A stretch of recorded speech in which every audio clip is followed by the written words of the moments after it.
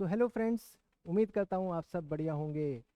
तो आज के इस वीडियो में हम जानेंगे सीए फाउंडेशन। जी हाँ, सीए फाउंडेशन का न्यू सिलेबस। दोस्तों, आपने सुना ही होगा कि institute of chartered accountants of India ने 2023 में new scheme and training propose करी थी, जिसमें CA foundation, CA inter, CA final का सिलेबस प्लस जो पढ़ाई का पैटर्न है, जो ट्रेनिंग का पैटर्न है, वो सब चेंज करा था। तो आइए सीए फाउंडेशन के बारे में आज कुछ चर्चा करते हैं। मेरा नाम अभिनव अग्रवाल है, मैं चार्टर्ड अकाउंटेंट बाय प्रोफेशन हूँ और एक कैरियर गाइड हूँ। तो आज सभी का इस वीडियो में स्वागत है। तो आज हम जानेंगे सीए फाउंडेशन के सिलेबस के बारे में कि सीए फाउंडेशन में हमें कौन कौन से सब्जेक्ट्स पढ़ने हैं, और पर्टिकुलरली मैं जो आपको आज बताने जा रहा हूँ वो सीए फाउंडेशन अकाउंट्स के बारे में बताने जा रहा हूँ, जो आप लोगों का सबसे फेवरेट सब्जेक्ट है, जिसकी वजह से आप चार्टर्ड अकाउंटेंसी का कोर्स करने जा रहे हैं। तो उस सब्जेक्ट की आज बात करेंगे डिटेल में। राइट, तो स्टार्ट करते हैं। तो सबसे पहले ऑल सिलेबस देखते हैं कि सारा हमारा वाइड सिलेबस क्या है, कौन कौन से सब्जेक्ट्स हमें सीए फाउंडेशन में पढ़ने हैं। इसका बेसिक आइडिया तो आप लोगों को पहले से ही है, लेकिन थोड़ा सा आज पर्टिकुलर इंसाइट लेते हैं। तो देखिए, आपको जैसे पता है कि सीए फाउंडेशन में 4 सब्जेक्ट्स हैं। 2 सब्जेक्ट्स आपके सब्जेक्टिव पेपर हैं, 2 सब्जेक्ट्स आपके ऑब्जेक्टिव पेपर हैं। Institute of chartered accountants of India time to time, according to the requirement of the economy, according to the global environment, global education environment, syllabus को रिवाइज करता रहता है, change करता रहता है। अभी जो पढ़ाई का पैटर्न है वो क्या है कि अभी 2 सब्जेक्ट्स हमारे सब्जेक्टिव हैं और 2 सब्जेक्ट्स हमारे ऑब्जेक्टिव हैं, है ना। तो 2 सब्जेक्ट्स जो सब्जेक्टिव हैं, जिस पे हमें ज़्यादा ध्यान देना है, जिसकी हमें ज़्यादा राइटिंग प्रैक्टिस करनी है, वो कौन कौन से हैं? पहला हमारा अकाउंटिंग और दूसरा हमारा लॉ। राइट, तो अकाउंटिंग और लॉ हमारे सब्जेक्टिव पेपर हैं। 100 मार्क्स के, दोनों 100 मार्क्स के सिलेबस हैं, है ना। आप जानते ही हैं कि पहले लॉ के साथ एक और सब्जेक्ट अटैच था, कौन सा था? बीसीआर। अब वो बीसीआर सब्जेक्ट हटा के कंप्लीट लॉ कर दिया है ना। बिकॉज लॉ एक ऐसी चीज़ थी जिसे बहुत डिटेल्ड नॉलेज की ज़रूरत थी, बहुत डिटेल्ड एनालिसिस की ज़रूरत थी। तो इंस्टीट्यूट ने उस पेपर को लॉ ही कर दिया है। 100 मार्क्स का पेपर है, वो हमें पढ़ना है। ठीक है, तो accounting 100 marks, business loss 100 marks, फिर क्वांटिटेटिव एप्टीट्यूड, है ना। ये एक ऐसा पेपर है जो मुझे ऐसा लगता है कि कुछ बच्चे थोड़े से नर्वस हो जाते हैं, स्पेशली जिन बच्चों के पास 11th-12th में मैथमेटिक्स नहीं होती है ना। तो वो थोड़े से परेशान हो जाते हैं, वो थोड़ा सा डिलेमा में रहते हैं कि हमें सीए करना चाहिए या नहीं करना चाहिए। तो देखिए, इंस्टीट्यूट ने आपकी कन्वीनियंस के लिए क्वांटिटेटिव एप्टीट्यूड के पेपर को 3 पार्ट में बांटा है ना। पहला, उसमें मैथ्स आएगी, दूसरा लॉजिकल रीजनिंग आएगी और तीसरा स्टैटिस्टिक्स आएगी। कितने कितने मार्क्स के हैं? 40 marks, 20 marks and 40 marks respectively. मतलब maths 40 number, logical reasoning 20 marks and statistics 40 marks, है ना। तो देखो, आप नाम से ही पहचान पा रहे हो कि इसमें से कुछ पोर्शन ऐसा हो सकता है जो आपको ठीक लगता है, आपको लगता है हाँ ये तो कर लेंगे। जैसे लॉजिकल रीजनिंग तो कर सकते हैं, स्टैट्स के कुछ चैप्टर्स हमें ऐसे हैं जो हम कर सकते हैं, है ना। ऐसी मैथ्स में भी बहुत सारे चैप्टर्स ऐसे मिलेंगे जो आप आराम से अपनी अप्रोच के साथ कर सकते हैं, चाहे आपने 11th-12th में मैथ्स ली थी या नहीं ली थी। ऑब्वियसली जिन बच्चों के पास मैथ्स थी 11th-12th में, उनके लिए एक एडेड एडवांटेज है ना। उनका एक कॉन्फिडेंस लेवल अच्छा रहेगा, उनके एक प्रैक्टिस सेशन में बना रहेगा। लेकिन दोस्तों, मैं बता दूं, जिनके पास मैथ्स नहीं भी थी वो भी बड़े आराम से इसे क्वालिफाई कर सकते हैं, क्योंकि आपका पेपर को 3 पार्ट में डिवाइड करा गया है। प्लस जो सबसे इंपॉर्टेंट बात है, इसमें पेपर हमारा किस नेचर का है? ऑब्जेक्टिव नेचर का है ना। एमसीक्यूज आएंगे इसमें, एमसीक्यूज। तो आपको एमसीक्यूज सॉल्व करने तो आते हैं, राइट। आपके पास आंसर्स अवेलेबल हैं, ए बी सी डी करके आंसर्स अवेलेबल हैं, उसमें से आपको फिट करना है कि कौन सा बेस्ट ऑप्शन हो सकता है, राइट। तो बट थोड़ा सा पढ़ाई तो अच्छा करना पड़ेगा, है ना। ऐसे टेकन फॉर ग्रांटेड तो नहीं ले सकते, है ना।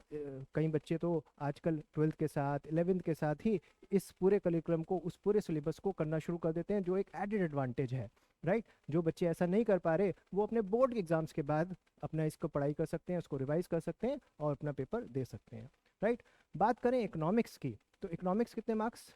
100 मार्क्स, है ना। अगेन, इकोनॉमिक्स को भी अभी एमसीक्यू पैटर्न पे ही रखा गया है।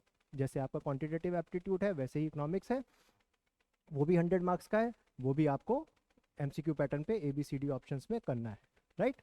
तो आप अभी तक तो ये समझ गए होंगे कि चारों सब्जेक्ट में आपने चूज कर लिया होगा कि सर मेरे ये वाले फेवरेट सब्जेक्ट्स हैं, ये सब्जेक्ट्स ऐसे हैं जो मैं आराम से पढ़ लूँगा, और ये सब्जेक्ट्स थोड़े से ऐसे हैं जिसमें मुझे थोड़ी सी और गाइडेंस और मेहनत की ज़रूरत होगी, राइट।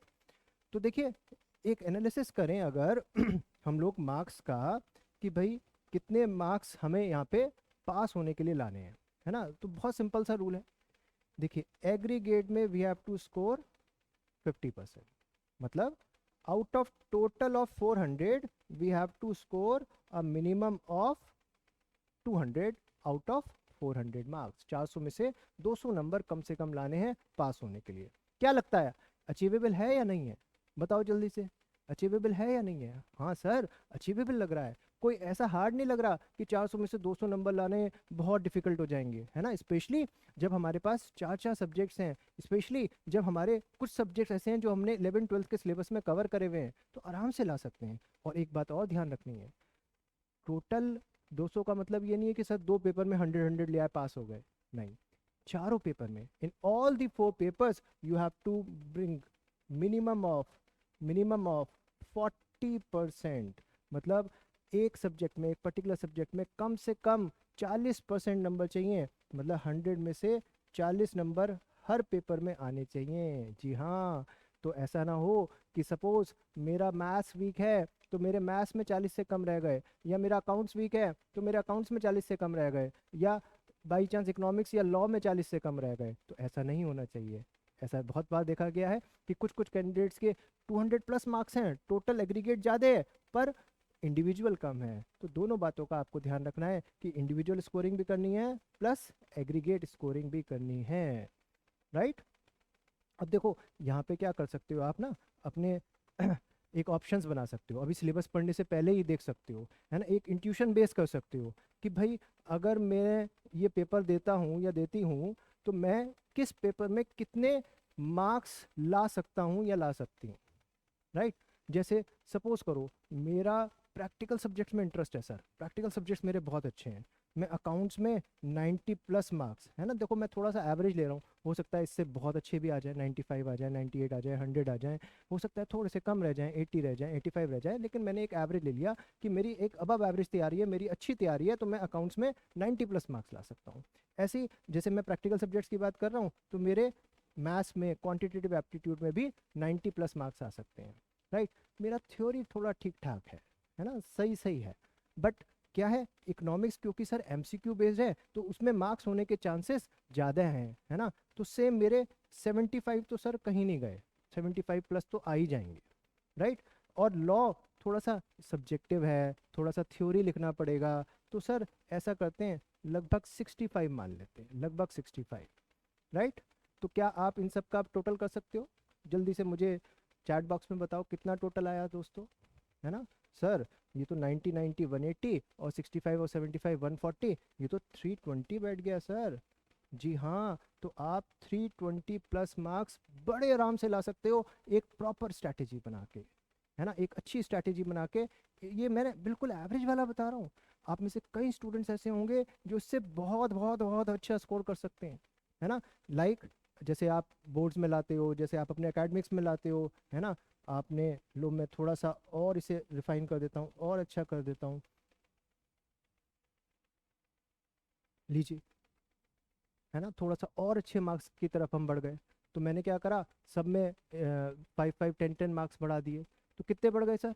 अकाउंट्स में 5 बढ़ गए, लॉ में 10 बढ़ गए, क्वांटिटेटिव एप्टीट्यूड में 5 बढ़ गए, इकोनॉमिक्स में 10 बढ़ गए, तो टोटल मेरे 30 मार्क्स बढ़ गए। जी हाँ सर, मेरे 350 प्लस मार्क्स कहीं नहीं गए, कहीं नहीं गए, out of 400। This is the score which you can easily achieve. और देखो पास होने के लिए केवल कितने चाहिए, केवल कितने चाहिए, 200 चाहिए दोस्तों, 200। हम तो इससे कहीं कहीं कहीं कहीं अच्छे मार्क्स ला सकते हैं, राइट। और मैं अभी भी कह रहा हूँ this is not the limit, है ना, क्योंकि मैं एक एवरेज टॉक दे रहा हूँ, एक एवरेज बात कर रहा हूँ कि जो अचीवेबल है वो उसकी बात कर रहा हूँ।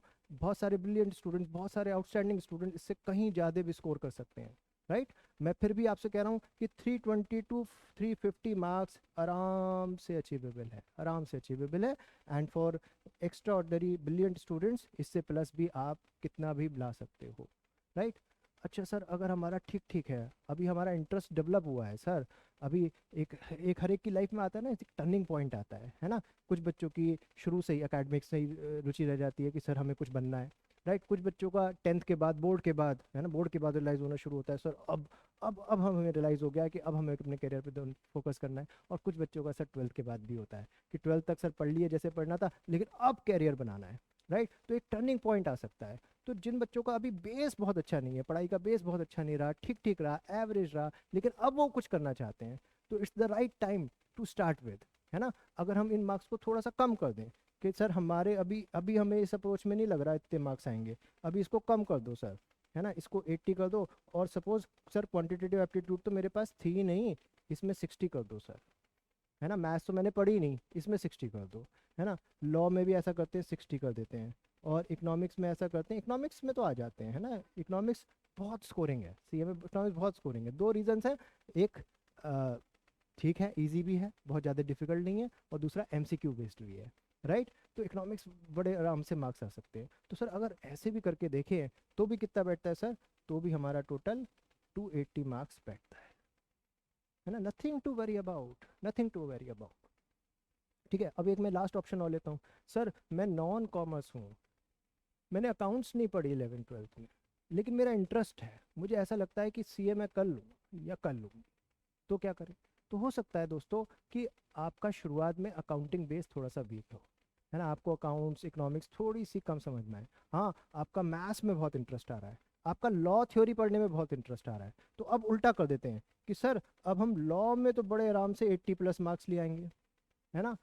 और सर मैथ्स में भी, मैथ्स में तो मेरा बहुत ही इंटरेस्ट है ना, मैथ्स में भी मैं 80+ ले आऊँगा, है ना। अगेन मैं कह रहा हूँ, ये मैं उन बच्चों की बात कर रहा हूँ जो अभी कॉमर्स से ज़्यादा लिंक्ड नहीं थे, है ना, इसलिए मैं बहुत ज़्यादा मार्क्स नहीं ले रहा हूँ। लेकिन अकाउंट्स मैंने नई नई पढ़नी शुरू करी है सर, अकाउंट्स में 50 आ जाए बहुत हैं सर, है ना, इकोनॉमिक्स में 50 आ जाए बहुत हैं सर। तो सर अब भी तो देखो, अब भी आपका टोटल 260+ मार्क्स का बैठ रहा है, यस और नो, है ना। बताओ, कर सकते नहीं कर सकते, आराम से जी, डोंट वरी एट ऑल, है ना, आपको कोई चिंता करने की ज़रूरत नहीं है। ये 200 तो, इससे तो कहीं आगे आप बढ़ जाओगे, है ना। तो ये तो बिल्कुल मिनिमम वाला है ना। कभी हमारा पेपर ख़राब हो गया, है ना, किसी वजह से हम उतना पोटेंशियली पेपर नहीं दे पाए जितना हम कर सकते थे, तो हम एक ये बैकअप प्लान रखते हैं कि सर 240 आ गए, 220 आ गए, या 200 पे पास हो गए।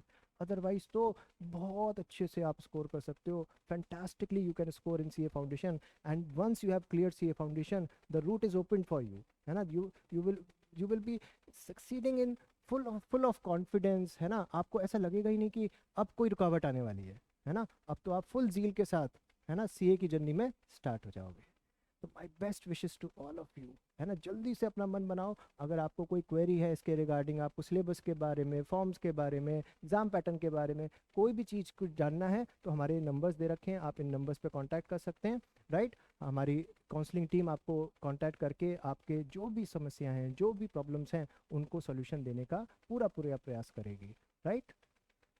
सो all the best once again, है ना। अब मैं अगली वीडियो में अपने अकाउंट्स के सिलेबस के बारे में बताता हूँ आपको कि अकाउंटिंग में क्या क्या चेंजेस आए हैं या क्या उसका सिलेबस है, वो हम जानते हैं। Stay tuned, thank you very much, bye bye.